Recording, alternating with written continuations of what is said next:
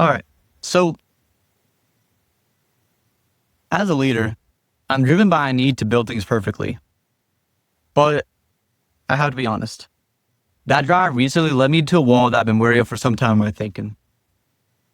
And it's all about communication. What are you talking about, Slater? I'm glad you asked. I've been weighing the difference between constant communication and communicating the things that feel important and ultimately worth another person's time. This is an internal bias that, especially in like creative fields, right? To solve problems by going straight to the head person in charge. Now you might be thinking like, Slater, what are you talking about? Well, sometimes we have moments, especially when working on a team where we might have, a problem or a confusion or misunderstanding. And it's easy to go to the person in charge and your manager or team lead and say, hey, how does this work? How are you supposed to navigate X, Y, or Z? Well, we think that's efficient, but honestly, in my opinion, in my experience now, it highlights a failure of the system. And I've come to realize and see that to build a truly scalable organization, or a well-oiled machine, as people like to call it, you can't just rely on important updates. Everything must be communicated systematically. It sounds like very daunting. For those who run a team, run a company, you probably know exactly what I'm talking about. You probably know in your heads oh yeah, I know what he's about to dive into. For those who don't know, bear with me. So great systems aren't built on incredible moments. They are built on precedents, right? Which means you need a clear, accessible paper trail.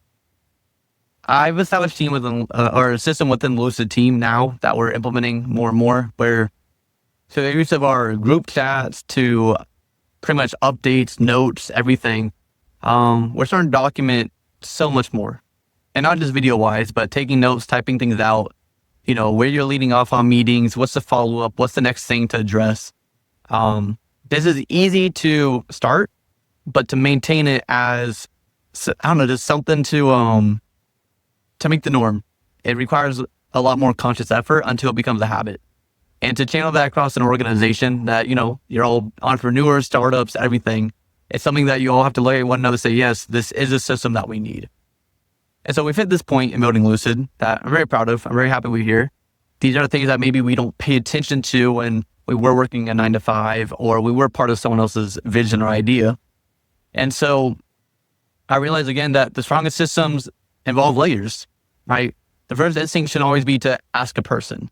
It should be to read and consult the documentation of the organization. So in our experience, we're now building that documentation out properly over these next couple of weeks. That's what we're going to be focused on. I'm actually really, really excited for that. And so you create a system where if the answer isn't there in that documentation for whatever question you have regarding procedure, steps, what to do in this situation or scenario, then you go to your immediate team, whether it's your overall team or team member, someone that you have constant communication with, and you ask them after the documentation. At that point, if you still don't have an answer, then leadership should be the final checkpoint, not the first stop. And I know how that may sound. Some people may say, Slater, aren't you creating a system where people can't, go to leadership, or there's no open door policy and you're such a transparent person? I understand how that may come across and how it may seem, but ultimately, it's for the protection of the organization. And it's all about the optimal flow of information.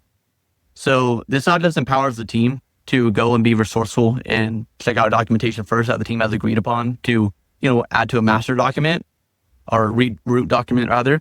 But it also protects the leadership's time for the biggest problems, the problems that a document can't actually address or that team members can't actually come together on and communicate.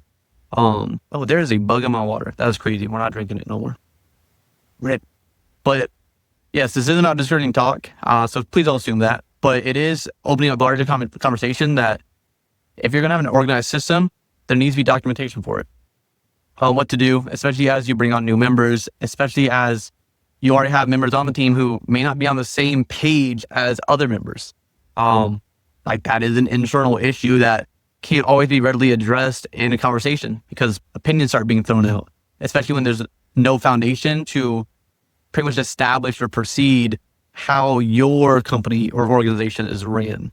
Because people have opinions all day on what works and what doesn't, but you as a visionary, you have to know. You have to know what it is that works for you and what system works for the balance of your whole team. And that you have to prioritize, your mission goals, your critical items, all these things to make sure that those needs are being met over the other tidbits that may not be so important to move the needle forward on. Again, as a visionary, you're going to know the difference between those things. I know what my items are, and maybe in future videos I'll express that. But ultimately, without, again, that foundation, you're going to have a lot of confused team members with what you don't need and you really don't want. So I do want to open up this, to all y'all, regarding like, hey, when you do have a system built this way, it's not present that the tools and processes you have are not only beneficial, they are essential, right? They help your team grow to new heights with proper systems. So what are some communication dynamics that you've seen in teams you've been a part of that actually stood out as reliable and effective? Tell me in comments. Like, I'm building and I'm always learning. And I see that openly in sense of, if you want to put a video off this or put in comments or say, hey, Slater, go read this book or go check that out, or maybe some insight that you really found very valuable, I'm honestly on all ears. I love learning. I love seeing what's out there, what other people have encountered, whether it's been headaches or things that they're like, wow, no, I was part of this team and they did something really, really creative in this aspect. Where after that became my standard for communication on time-sensitive projects or projects that dealt with a lot of pressure, whether you're in the creative industry or any other industry that matter. Look at me coming from software engineering now into music and entertainment. There's a lot more crossover than people imagine. So yeah, let me know what y'all have experienced. I'm very open to ideas, but yeah, wrapping up this video, say thank y'all for tuning in. I got much more on the way, and yeah, communication.